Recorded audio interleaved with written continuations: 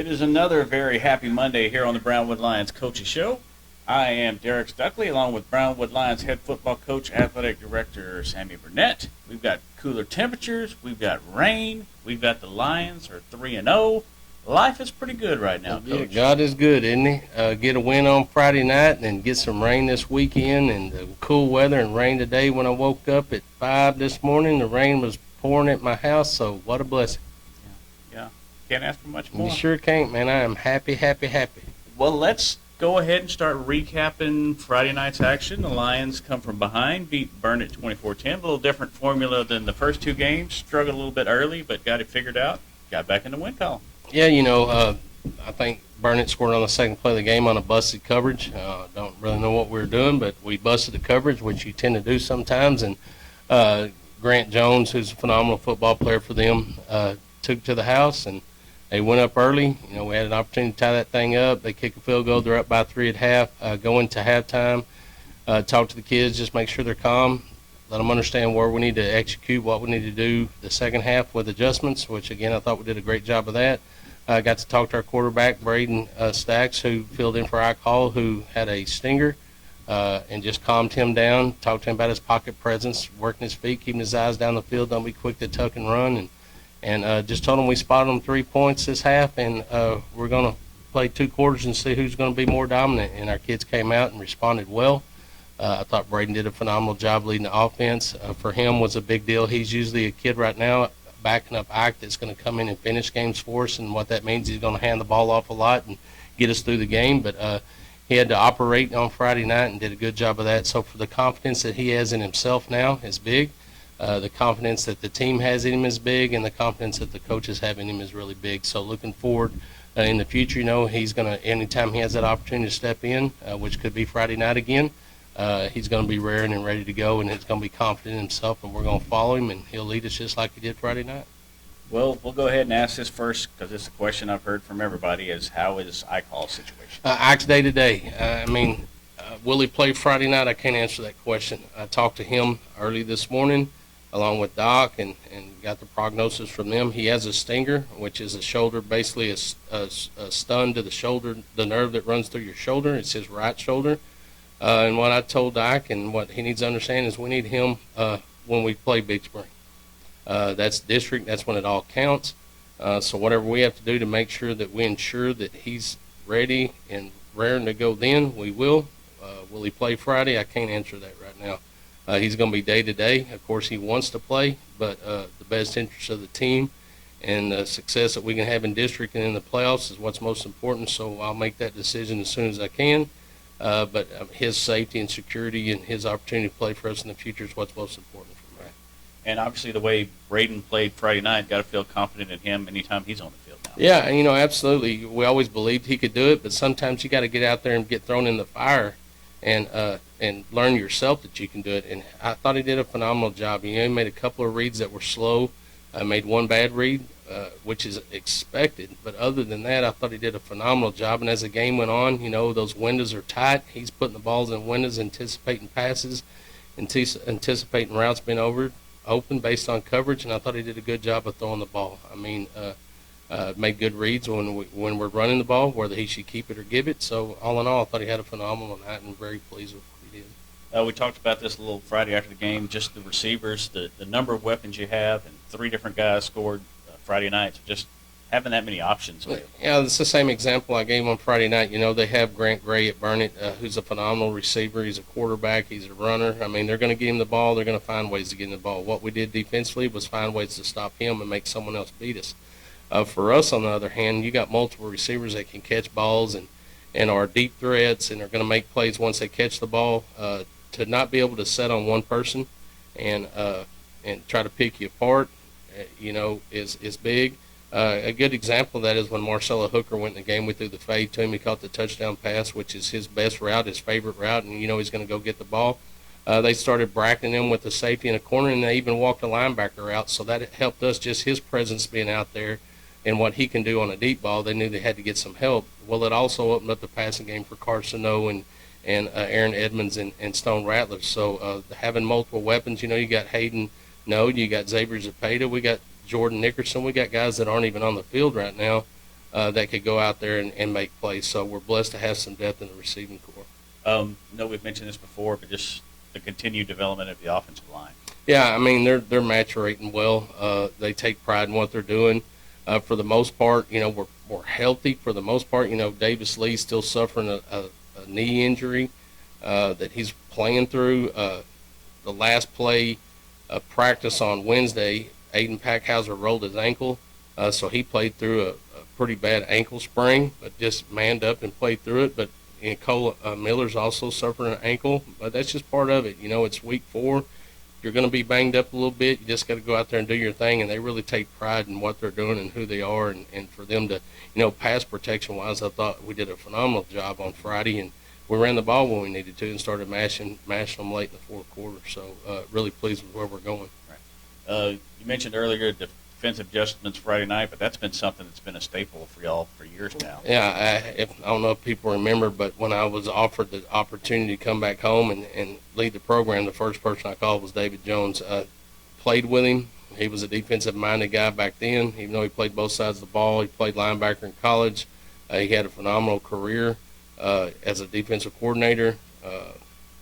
I got to speak with him at clinics. We'd sit in our hotel room and just talk football and just talk to him about defense and what he does and that kind of stuff. So making a call to him was my number one priority when I got here. And he's, been nothing but stellar. He's a defensive mind, understands offense, understands how to stop offenses, does a great job of making adjustments.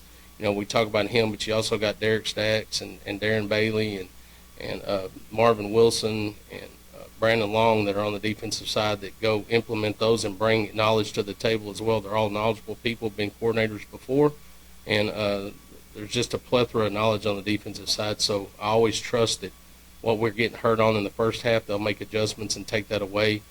From the offensive side, when you go into the half, you're looking at what you did well, and you want to continue to do what you do well, and then maybe add a play or two. But for you to go out the second half and stop what you plan on doing well again and then having to revert to something that you're not ready to do is huge. And once again, they did a phenomenal job of making adjustments to what they were hurting us in trips. And our kids got to follow suit. They got to go execute the game plan that you just made 20 minutes ago. And I thought we did a good job of that once again. You mentioned a few guys that are banged up. How's the overall health right now after 3 games? We couldn't be in a better place. I mean, we've lost nobody. I take that back. We've lost Jaden Gordon for the year with the knee, who is a linebacker for us. Gray Sturtson, we're hoping to get back this week. Hopefully he'll get to running. He's tore a hamstring, so we're hoping to get him back. He's a nickel for us, which we need some depth there. And then Logan McKibben is still out with the bruised kidney that he got against Wiley. Okay. So we'll shift gears a little bit, talk a little bit about sub-varsity. JV picked up another win last week. Pleased with, our combined team hosted again here against Comanche, and they were victorious again, 14-6. And then our JV went over to Burnett and were successful 28-0, which was big for them. That's a good group. As you know, that's the future. It could be the near future, it could be next year, but those guys are working really hard. They're playing well together. I love watching them play. They have fun when they're out there playing. It's exciting for them. Never as much pressure on Thursday as there is on Friday, so it's enjoyable to watch them get out there and have fun.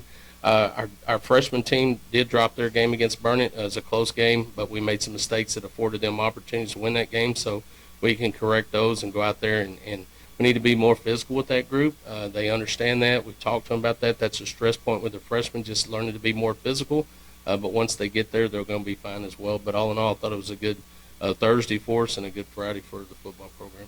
And Thursday, you have a chance to see the JV and freshmen at home. That's right. We're going to host Glen Rose at 5 and 6:30 at Gordonwood Stadium. Our freshmen will go, and then our JV will follow. We're also sending our combined team to Jim Ned. At 5 o'clock, they'll play over in Jim Ned and pick them up a game. Hopefully, we have a couple more games on the schedule. We're working on getting those filled with Lano later in the season, but it's very important for me that all of our teams are playing. All kids are getting confidence and are getting excited and ready for their future. It's never where you are right now, it's where you are tomorrow, and that's the focus we have with all of our teams. So they're all important to me.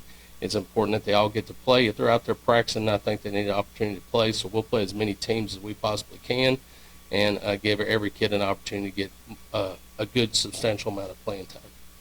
Before we talk about other sports, ticket sales for Friday night. Yes, you can go online to brownwoodisd.org/athletics, and there'll be a link on there to purchase your tickets, or you can go to Glenrose box office, Glenrose ISD box office, and get tickets there. They'll be $5 for adults, $3 for students.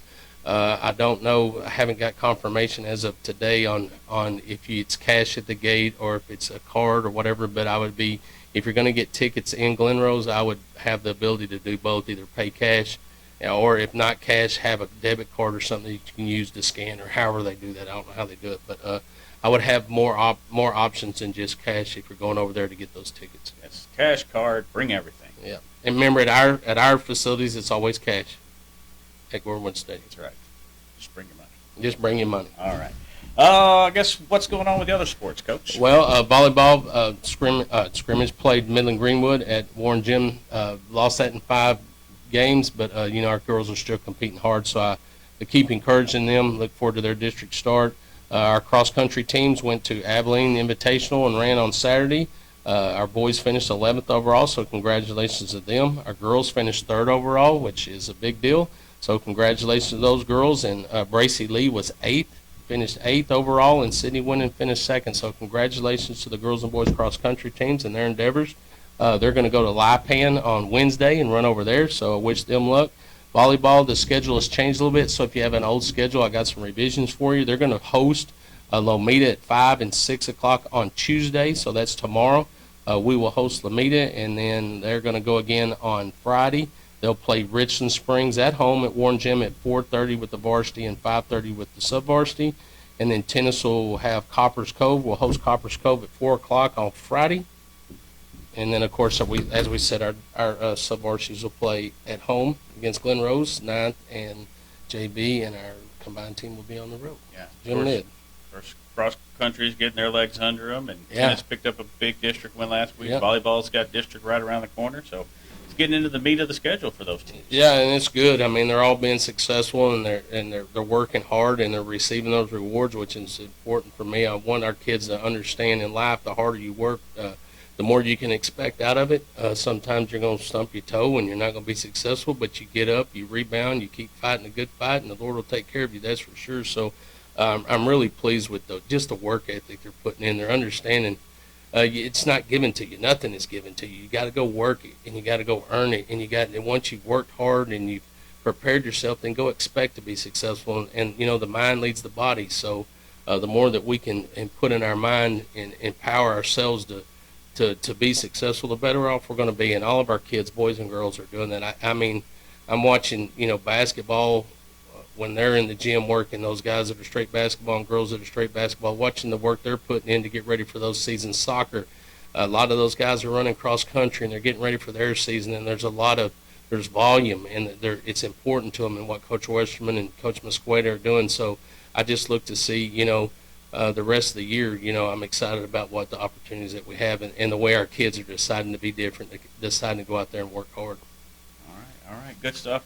We'll talk a little bit more about Glenrose on Wednesday. Just kind of a quick overview, what to expect from Glenrose. Right Glenrose, they're going to have they got a couple of good D linemen that were back from last year that were real dominant. Up front, they are starting 5 new offensive linemen, but all the receivers are back. They're also playing in the secondary as well. The quality athletes coming off of a semifinal season last year. I compare them to Burnett, maybe a little better than Burnett, maybe not as good as Burnett. I don't know, but they're right around the same quality a team as Burnett. They're coached extremely well. They're doing some really good things offensively that we're going to have to stop. Offensively for us, I think we're going to have to run the football. I think if they have a weakness, it's up front. I think that passing game-wise, I think they do a good job of covering in the back end. But for us, we're going to have to play a complete ball game, win all 3 phases of the game. It's no different than any other game. It's not who you play, it's how you play. And hopefully we'll step up another rung on that ladder this week in practice and become a better football team on Friday night. Good deal. Anything else you want to mention, Coach? Well, Tyler Reddick did win Kansas yesterday, so we got a temper hat to him. But Star did. She didn't win, but she did finish 3rd. I finished 7th. So. Fourth. Oh, sorry. She finished 4th. I finished 7th. So She has advanced in the second round of the playoffs because she did get a win last week. My guy hadn't advanced, but he's got a lot of plus points, so he should be fine. But I expect him to win this week. Well, good luck to both of y'all. All right. Anything else you want to talk about, let's Coach? thank those sponsors that give us an opportunity to do this twice a week. Auto Glass Magic, Burner Auto Group, Syntex Body and Paint, Syntex Equipment Sales, Citizens National Bank, Dan Hill Containers, Dr. Bon Young, Dr. Pepper Bottling Company, Edward Jones Investments, Hendrick Medical, Howie Enterprises, Humphrey Peets, Heartland Funeral Home, Landmark Admin, MC Bank, Painter Johnson Associates, Smith & Sharp Agency, Sonic Drive-In, Stanley Chrysler, Texas Bank, Weldon Wilson Electric, Western Bank, and Willie's Teas. All right, that's a wrap for today's show. We'll be back Wednesday to talk more about Glen Rose here on the Brownwood Lions Coach Show on KOXE, KOXE.com, the KOXE app, and the KOXE Facebook pages. Have a great day, Brownwood.